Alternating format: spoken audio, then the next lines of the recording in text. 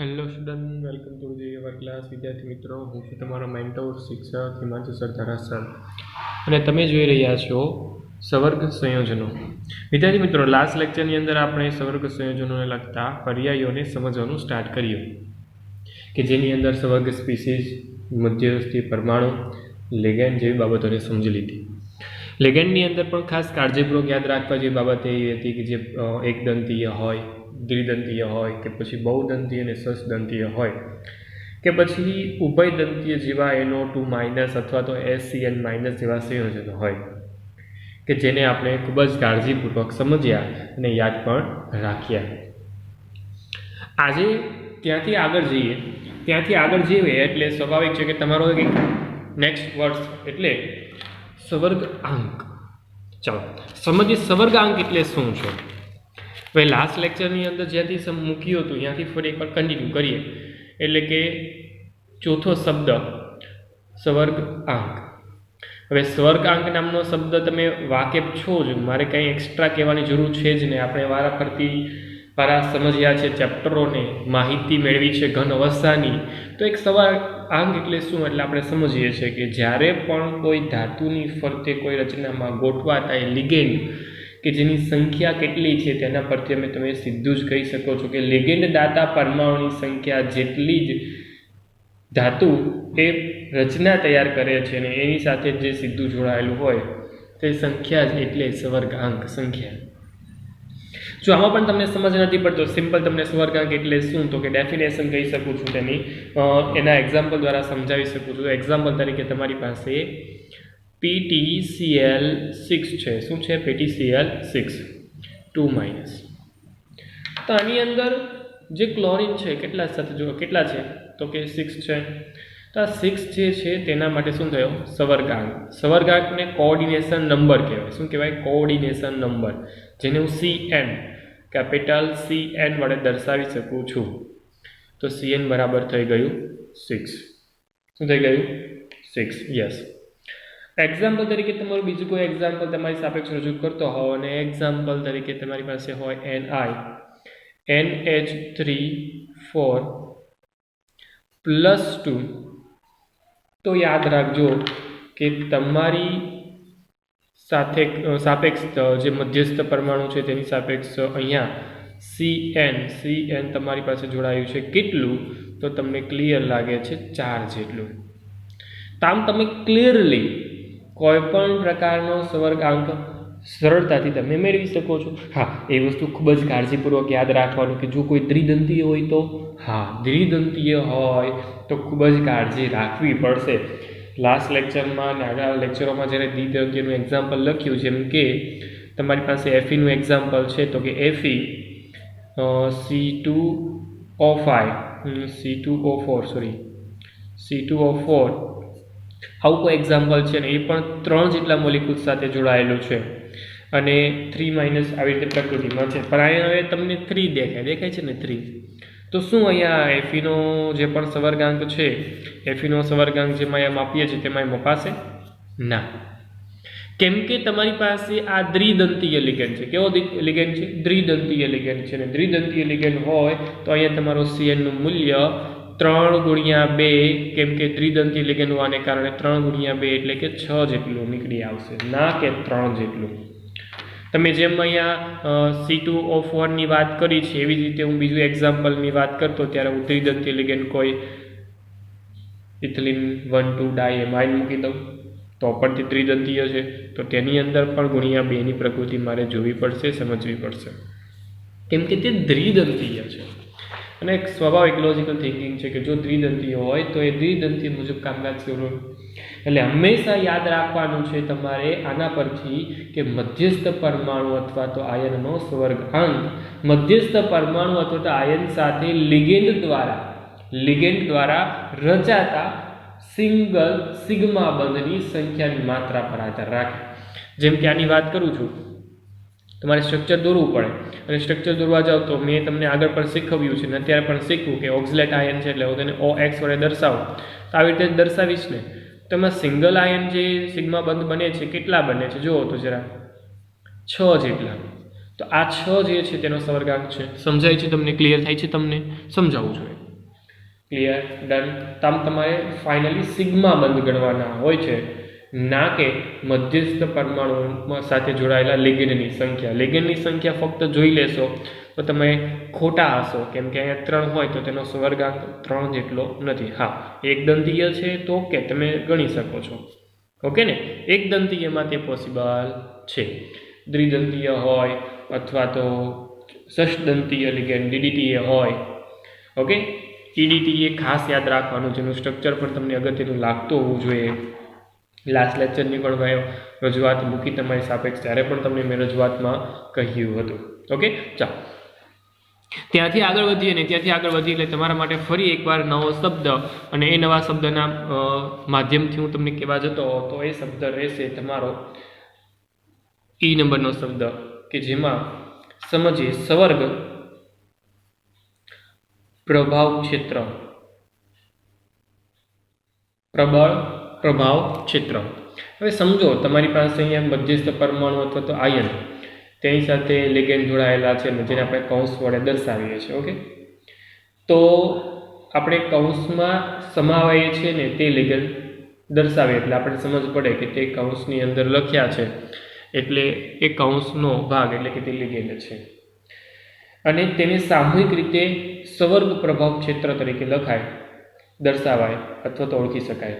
મતલબ આયનીકરણ પામતા સમૂહ કૌંસની બહાર છે.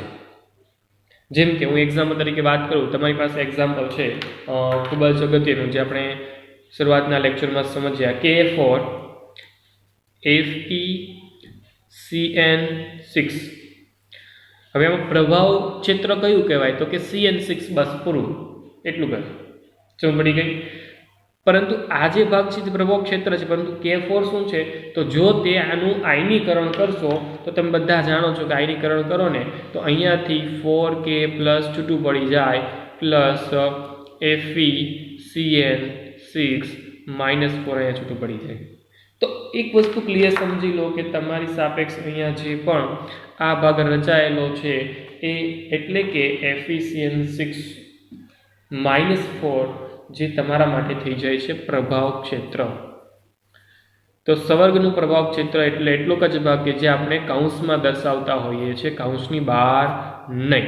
તો કૌંસમાં દર્શાવતો એ ભાગ એટલે પ્રભાવ ક્ષેત્ર તરીકે ઓળખીશું. પરંતુ આ જે ભાગ છે એ ભાગને આપણે પ્રતિ આયન તરીકે પણ ઓળખી શકાય છે. શું કહી શકાય છે? પ્રતિ આયન. ક્લિયર? ડન. ચાલો, ત્યારબાદ તમારી સાપેક્ષ નેક્સ્ટ શબ્દ આવે છે. નેક્સ્ટ શબ્દ એટલે સવર્ગ બહુફલક. સવર્ગ બહુફલક. હવે સવર્ગ બહુફલકનો મતલબ શું છે સમજો એ પહેલાં તમે ફલક વિશેની માહિતી કદાચ જાણો છો, અને ફલક વિશેની માહિતી જાણો છો તો બસ એ જ રજૂઆત તમારી સાપેક્ષ મૂકવા જઈ રહ્યો છું. અને સમજો કાંઈ નવું નથી, પરંતુ થોડુંક અગત્યતાપૂર્વક આપણે સમજીએ. સવર્ગ બહુફલક. ઓકે, સવર્ગ બહુફલકનું જ્યારે ડેફિનેશન હું આપતો હોઉં છું અથવા તો કહેતો હોઉં તો એમ જ કહીશ કે તમારો મધ્યસ્થ પરમાણુ આયન લિગેન્ડ સાથે જોડાય. ઓકે, અને જે રચના અવકાશીય ગોઠવણી પ્રમાણે તૈયાર કરે છે તો એમાં જે પણ બાજુઓ તૈયાર થાય છે કે જેના કારણે આપણું મધ્યસ્થી પરમાણુની ગોઠવણી તૈયાર થતી હોય, અવકાશી રચના તૈયાર થતી હોય, તો તેને બહુ ફલક તરીકે આપણે ઓળખીએ છીએ કે લિગેન્ડ પરમાણુની અવકાશીય ગોઠવણી મધ્યસ્થ આયનને સવર્ગ બહુફલક તરીકે ઓળખી શકાય છે. હવે બહુફલકમાં તો તમે અષ્ટફલકી યાદ કરી શકો, સમચોરસ યાદ કરી શકો, સમચતુષ્ફલકીય યાદ કરી શકો, ત્રિકોણીય પિરામિડલ યાદ કરો, ત્રિકોણીય દ્વિપિરામિડલ યાદ કરો, અથવા તો સમચોરસ પિરામિડલ પણ યાદ કરી શકો. આ બધી રજૂઆત તમે ઓલરેડી જાણતા હતા અને જાણો પણ છો જ. ફરી એકવાર તમારી સાપેક્ષ રજૂ કરી દઉં, અને જેને કારણે તમે તેને સરળતાથી યાદ પણ કરી શકો અને તમે સરળતાથી તેને એકવાર રિવિઝનના ભાગ સ્વરૂપે મૂકી પણ શકો. ઓકે, સમજો કે તમારી પાસે M એટલે કે મેટલ અને L એટલે કે લિગેન્ડ. લિગેન્ડ કંઈક જોડાય છે અલગ અલગ ચારે ચાર બાજુએથી, ઉપરથી અને નીચેથી. ઉપરથી અને નીચેથી હું લીટા મારી દઈશ સીધા જ, કેમ કે તે સમતલની અંદર છે. સમતલની બહાર હોય તો ડેશ પાછળ દર્શાવું છું, ડેશ પાછળ જોઈ લેજો, અને આ ડેશ પાછળ પછી આ થઈ ગયો ઘન પાછળ. ચાલો, તો આમ તમારી પાસે ડેશ પાછળ ઘન પાછળ દ્વારા મેં તમારી પ્રકૃતિ પહેલી દર્શાવી, અને એ પ્રકૃતિ એટલે જ અષ્ટફલકીય. ઓકે, નંબર 2 પર આગળ વધું. નંબર 2 પર આગળ વધું એટલે તમારી પાસે આવે છે સમચતુષ્ફલકીય. ચાલો, એક સમતલની અંદર, એક આ તરફ અંદર, ઓકે, એક સમતલની પાછળની બાજુએ હોય એલ, અને એક સમતલની આગળની તરફ બાજુએ હોય તો એ ઘન પાછળ વડે દર્શાવીશ એલ, અને જે રજૂઆત તૈયાર થાય છે તેને કહેવાય છે સમચતુષ્ફલકીય.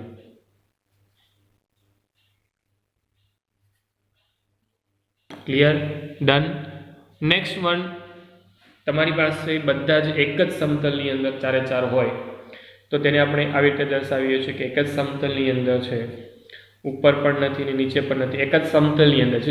પાછળનો મતલબ સમતલની આગળ અને પાછળનો યુઝ કરીએ છીએ, પરંતુ અહીંયા કોઈ જ પ્રકારનો ઉપર કે નીચે અથવા તો એમ કહી શકાય ને કે આગળ પાછળની પ્રકૃતિ નથી. અને આ જે રચના તૈયાર થાય તેને આપણે સમચોરસ કહેવાય. શું કહેવાય? સમચોરસ. ઓકે, ત્યારબાદ હું નેક્સ્ટ વન ત્રિકોણીય દ્વિપિરામિડલ લઈ લઉં. ચાલો, મેટલ આ સમતલની અંદર, આ સમતલની અંદર પણ ઉપર તરફ, આ સમતલની અંદર પણ નીચે તરફ, એક સમતલની પાછળ તરફ લઈ લઉં અને એક સમતલની એક સમતલની આગળ તરફ લઈ લઉં. ઓકે, ચાલો, તો આ પણ એલ રહેશે અહીંયા અને આ એલ રહેશે અહીંયા, અને જે આકૃતિ તૈયાર થાય છે તેને જ કહેવામાં આવે છે ત્રિકોણીય દ્વિપિરામિડલ. એવી જ રીતે લાસ્ટ વન જો દોરી દેતા હો તો એ છે એમ. એક સમતલની ઉપર તરફ એક લોન પેર નીચે તરફ હોય તો સ્વાભાવિક છે કે તે બાકીના જે ચાર ગોઠવાવાના છે એ બે સમતલની પાછળ અને બે સમતલની અંદર ગોઠવાશે, કંઈક આ જ રીતે. એલ એલ એલ અને લાસ્ટ એલ. અને જે પણ રચના તૈયાર થાય છે એક ચોરસીય ભાગ અને એક ઉપર તરફ, એટલે એક જ સમતલ છે અને એક સમતલની ઉપરનો ભાગ છે એટલે ચોરસ થાય છે, પરંતુ ઉપર હોવાને કારણે પિરામિડલ તૈયાર થાય છે, એટલે લખીશ કે સમચોરસીય પિરામિડલ. આમ તમારી પાસે જે પણ ફલકીય રજૂઆત હતી એ બહુ ફલક તૈયાર થયા. અલગ અલગ એક્ઝામ્પલો અલગ અલગ દ્રષ્ટિકોણથી રજૂ કરી શકું છું. જેમ કે અલગ અલગ એક્ઝામ્પલો જો ફક્ત અને ફક્ત તમારી નોલેજ માટે હું એક્ઝામ્પલ રજૂ કરતો હોઉં તો બહુફલકને અનુલક્ષીને એક્ઝામ્પલ રજૂ કરું તો એક્ઝામ્પલ તરીકે આપણે સમજીએ છીએ, આપણે બધા જાણીએ છીએ તેઓ CONH3 6+3. જો આ કોમ્પ્લેક્સ વિચારતા હો તો તે અષ્ટફલકીય રચના ધરાવે છે. કેવી રચના? અષ્ટફલકીય રચના ધરાવે છે. ક્લિયર? ડન. ચાલો, તેના સિવાય બીજા પણ એક્ઝામ્પલ વિચારણા કરીએ જે આપણે ઓલરેડી જાણીએ જ છીએ, કેમ કે એક્ઝામ્પલો તો આપણે વારંવાર જોતા હોઈએ છીએ, જેમ કે NaCO4. તો આ જે રચના છે એ સમચતુષ્ફલકીય પ્રકારની છે, સમચતુષ્ફલકીય પ્રકારની. અને એવી જ રીતે તમારી પાસે PtCl4 2- હોય તો આ જે છે એ સામાન્ય રીતે સમચોરસ પ્રકારની પ્રકૃતિમાં હોય છે. ક્લિયર? ડન. ચાલો, તો તમારી પાસે આમ અલગ અલગ આકારો એ અલગ અલગ રજૂઆત સવર્ગ ફલકના જે પણ આકારો દર્શાવી શકાય અથવા તો જે પણ પોસિબલ છે બધા જ આપણે દર્શાવીને બતાવ્યા. પરંતુ કયો પ્રકારનો કોમ્પ્લેક્સ કઈ પ્રકારની પ્રકૃતિ તૈયાર કરે છે તમે જાણો છો, અથવા તો તમને એ યોગ્ય જે સમજ હોવી જોઈએ, તો કે ફક્ત ને ફક્ત તેની રચનાની બંધારણની પ્રકૃતિને આધારે. ક્લિયર? ચાલો, તમારી પાસે જે પણ આકૃતિમાં આપણે વાત કરી દીધી તે બધા જ મધ્યસ્થ ધાતુ M અને લિગેન્ડ પરમાણુ L ના સંદર્ભમાં હતા, પરંતુ આપણે લિગેન્ડ જે લીધો છે એ બધા એક દંતીય હોય છે અને એક દંતીય છે પ્રકારની પ્રકૃતિને દર્શાવેલી છે. પરંતુ જો બહુદંતીયનો લિગેન્ડ હોય તો સ્વાભાવિક છે કે એક સાથે બંને પ્રકૃતિમાં તે પોતાનો ભાગ ભજવશે અને બંને પ્રકૃતિમાં એક સાથે વર્ણન આપશે. ઓકે, નાવ તમને સવર્ગ બહુફલક પણ સમજાયો હોય તો નેક્સ્ટ વન પર આગળ વધું. નેક્સ્ટ વન ઇઝ ઇક્વલ મધ્યસ્થ પરમાણુનો ઓક્સિડેશન આંક, મધ્યસ્થ પરમાણુનો ઓક્સિડેશન અંક, ઓક્સિડેશન અંક. હવે મધ્યસ્થ પરમાણુનો ઓક્સિડેશન અંકની જ્યારે પણ વ્યાખ્યાયિત ભાગ તરીકે રજૂઆત કરીએ તો યાદ રાખવાનું છે કે હું કોઈપણ પ્રકારનો કોમ્પ્લેક્સ લખતો હોઉં તો એ કોમ્પ્લેક્સની અંદર મધ્યસ્થ પરમાણુ જે પણ હોય તેની સાથે ભાગીદારી થયેલા ઇલેક્ટ્રોન યુગ્મ સાથે જેટલા પણ લિગેન્ડ હોય તે દૂર કર્યા પછી જવાબદાર જે પણ વીજભાર તૈયાર થાય તેને આપણે મધ્યસ્થ પરમાણુ કહીએ છીએ. નોર્મલી આ બધી વસ્તુ આપણે ધોરણ 11થી જ સમજતા આવીએ છીએ કે મધ્યસ્થ પરમાણુ હોય અથવા તો તે જે તે પરમાણુ હોય તેનો જે પણ ઓક્સિડેશન નંબર છે, ઓક્સિડેશન આંક છે, તેને આપણે રોમન આંકમાં દર્શાવવાની સિસ્ટમ પણ છે. ઓકે ને? તો એક્ઝામ્પલ તરીકે તમારી પાસે કોઈ એક્ઝામ્પલ છે જેમાં હું CuCN4 લઈ લઉં છું અને 3 - ચાર્જ આપી દઉં છું. આ એક કોમ્પ્લેક્સ તમારી પાસે છે. તો અહીંયા કોપર કેવો ચાર્જ છે, કેટલો ઓક્સિડેશન અવસ્થામાં છે, ઓક્સિડેશન આંક કેટલો છે, તો સમજો કંઈક આવી રીતે હું મેળવી લઈશ કે કોપર એટલે કોપર રાખીશ પ્લસ આ 4 વખત Cn છે, 4 વખત Cn is equal to 3 - 3. Copper માટે મેળવવાનો છે પ્લસ Cn માટે Cn -1 કહી શકાય એટલે -1 ઇઝ ઇક્વલ ટુ 3. એટલે કોપર -4 બરાબર -3. દેટ મીન્સ કે કોપરનો ચાર્જ થઈ જશે -3 + 4. That means copper is equal to +1. એટલે કોપરનો જે પણ ઓક્સિડેશન નંબર છે એ તમને મળી જશે +1 જેટલો. ખરેખર રજૂઆત કરવી છે, મારે ખરેખર લખવું છે તો આવું લખીશ કે કોપર અને તેની સાથે રજૂઆત કરતી વખતે રોમન અંક લખવાના હોય છે એટલા માટે તેની બાજુમાં લખી દઈશ કાઉન્સ કરીને 1. એટલે હું એમ કહીશ કે તમારા આ મોલેક્યુલ્સની અંદર સામાન્ય રીતે કોપર +1 પ્રકારની પ્રકૃતિ સચવાયેલી છે. એવું નથી કે ફક્ત આમાં જ તમે મેળવી શકો છો, તમે કોઈ પણ પ્રકારનું કોમ્પ્લેક્સ લઈ શકો છો. એક્ઝામ્પલ તરીકે તમારી સાપેક્ષ હું બીજું કોઈ એક્ઝામ્પલ મૂકી દઉં, એમાંથી તમને એમ કહેતો હોઉં કે તમારા મધ્યસ્થી પરમાણુનો ઓક્સિડેશન અંક મેળવો, તો શું તમને મેળવતા ન આવડે? આવડે જ ને, કેમ ન આવડે? ચાલો મધ્યસ્થી પરમાણુનો ઓક્સિડેશન નંબર મેળવવાની વાત કરું એટલે સ્વાભાવિક છે કે તમે ફટાફટ જે પણ પ્રોસેસ છે એને ચાલુ કરો એટલે તમારું કામકાજ સિમ્પલ હોય એટલે પતી જ જાય. જેમ કે Pt +4 અને ક્લોરીન માટે કહેવાય -1 અને ઇઝ ઇક્વલ ટુ -2. તો Pt is equal to -4 is equal to -2. તો Pt ઇઝ ઇક્વલ ટુ 4 માંથી 2 જાય એટલે કે Pt ઇઝ ઇક્વલ ટુ 2. મતલબ અહીંયા એવો છે કે Ptનો જે ચાર્જ છે એ ચાર્જ કેટલો છે તો કે Ptનો ચાર્જ થઈ જશે +2. તો રોમન આંકમાં લખી દેવાનો +2. ક્લિયર? ડન. તો આ જે બાબત સચવાયેલી છે એ છે મધ્યસ્થ પરમાણુનો ઓક્સિડેશન અંક. એવું ક્યારે પણ નથી વિચારી શકાતું કે તમને ફક્ત ને ફક્ત નેગેટિવ આયનવાળા જ ચાર્જ પાર્ટિકલ્સ આપી શકે, નેગેટિવ આયનવાળા જ તમને અનુવર્તી લિગેન્ડ ધરાવતા સંયોજનો આપી શકે. ના, એવું ન હોઈ શકે. હું કોઈ બીજું એક્ઝામ્પલ એક એવું આપું છું કે જેમાં લિગેન્ડ તમે વિચારજો કેટલા હોય. ચાલો સમજો NH3 4 અને તેનો ચાર્જ +2 છે. ઓકે, જો +2 ચાર્જ હોય તો સ્વાભાવિક છે કે મારે એને યોગ્ય રજૂઆત સાથે લખવું પડે. નિકલની અંદર જ્યારે નિકલ લખીશ તો પ્લસ આ 4 ટાઈમ NH3નો કોઈ જ ચાર્જ હોતો નથી એટલા માટે લખી દઈશ 0.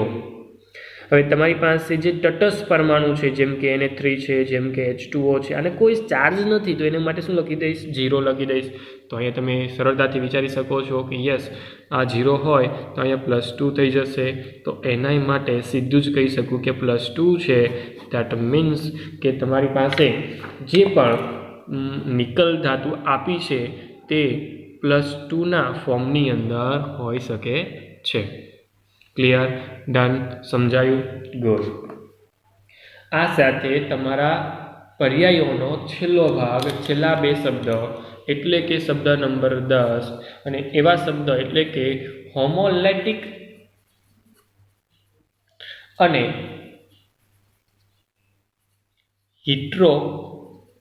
લેપ્ટિક સંકીર્ણ શબ્દ શું છે પહેલાં તો એ જ સમજો. હોમોલેટિક અને હિટ્રોલેટિક. ઓકે, હોમોલેટિક અને હિટ્રોલેટિકનો મતલબ શું છે અને તેને કઈ રીતે તમે ઓળખી શકો છો કે આવા સંકીર્ણ એટલે શું, તો સમજો ખાસ કાળજીપૂર્વક. સંકીર્ણ કે જેમાં ધાતુ એક જ પ્રકારના દાતા સમૂહ સાથે જોડાય અને એક જ પ્રકારનો લિગેન્ડ, હું એમ કહું કે ટૂંકમાં એક પ્રકારનો લિગેન્ડ છે, તો તેને શું કહીશ? હોમોલેટિક. શું કહીશ? હોમોલેટિક. પરંતુ એમ કહું કે એક સાથે એક કરતાં વધુ એક્ઝામ્પલો લિગેન્ડના છે તો તેને કહેવાય હિટ્રોલેટિક. સમજાય? જેમ કે તમારી પાસે કોબાલ્ટની વાત કરું તો કોબાલ્ટ અને તેની અંદર NH3 મોલિક્યુલ જોડાયેલા છે, તો આપણે આવું લખીએ છીએ. ઓકે, તો આની અંદર લિગેન્ડ કેટલા છે? એક જ. કોણ? તો કે NH3. તો આને શું કહેવાય? હોમોલેટિક. સમજાય? તો આ થઈ ગયો હોમોલેટિક સંકીર્ણ. ડન? સમજાયું? ક્લિયર થાય છે મગજની અંદર? પરંતુ જો તમને હું આની અંદર ક્લોરીન એડ કરીને બતાવી દઉં, એટલે કે ક્લોરીન એડ કરવું એટલે કંઈક આ રીતે રજૂઆત કરી દઉં છું. CH3 આ Cl2 અને આ થઈ ગયું +1 ચાર્જ. તો આની અંદર હવે લિગેન્ડ કેટલા છે? એક નહીં, બે. એક નહીં, બે લિગેન્ડ હોય તો સ્વાભાવિક છે કે NH3 અને Cl2 આ બંને લિગેન્ડના ભાગ તરીકે રહેલો છે અને બંને લિગેન્ડના ભાગ તરીકે રહેલા છે તો એક કરતાં વધારે જો લિગેન્ડ જોડાયેલા છે એટલે સ્વાભાવિક છે કે એક કરતાં વધારે પ્રકારના દાતા સમૂહ અહીંયા છે. દેટ મીન્સ કે આને કહેવામાં આવે છે હિટ્રોલેપ્ટિક સંકીર્ણ. શું કહેવામાં આવે છે? હિટ્રોલેપ્ટિક સંકીર્ણ. ક્લિયર? ડન? ચાલો, આઈ વિશ કે તમને આ બાબત ખૂબ જ કાળજીપૂર્વક સમજાઈ હશે. આઈ થિંક સો કે તમને આ બાબત કાળજીપૂર્વક સમજાય હોય તો આઈ થિંક સો કે તમે રીડિંગ પણ કરશો સરખું અને ખૂબ જ સરળતાથી. તો ફટાફટ ટેક્સ્ટબુકમાંથી આ જ ભાગને ફટાફટ રિવિઝન મારો અને નેક્સ્ટ લેક્ચરમાં ફરી એકવાર મળીશું કે જેને દ્વારા આપણે સવર્ગ સંયોજનોને સમજવાની વધુથી વધુ પ્રયાસ કરીશું. તમારી પાસે સવર્ગ સંયોજનોની આવતી બધી જ માહિતી તમને ક્લિયર થઈ ગઈ છે. હવે તેની એક્સ્ટ્રા ઓર્ડિનરી માહિતીઓને ધ્યાનમાં લઈને તેની અલગ અલગ નામકરણની બાબતથી ચર્ચા આગળ વધારીશું કે સંકીર્ણ સંયોજનની અંદર નામકરણ કઈ રીતે આપી શકાય. તો વિદ્યાર્થી મિત્રો, આઈ હોપ સો કે તમને આજનો લેક્ચર પણ ખૂબ જ કાળજીપૂર્વક મારા કહેવા મુજબ તમને સમજાયો હોય, મારી એક એક બાબત તમને સમજમાં આવી હોય. તો આજ સાથે ચોપડીનો રીડિંગ તમે સ્ટાર્ટ કરો અને મને આપો રજા. હું છું તમારો મેન્ટોર, શિક્ષક Himanshu Sardara sir. Thank you so much.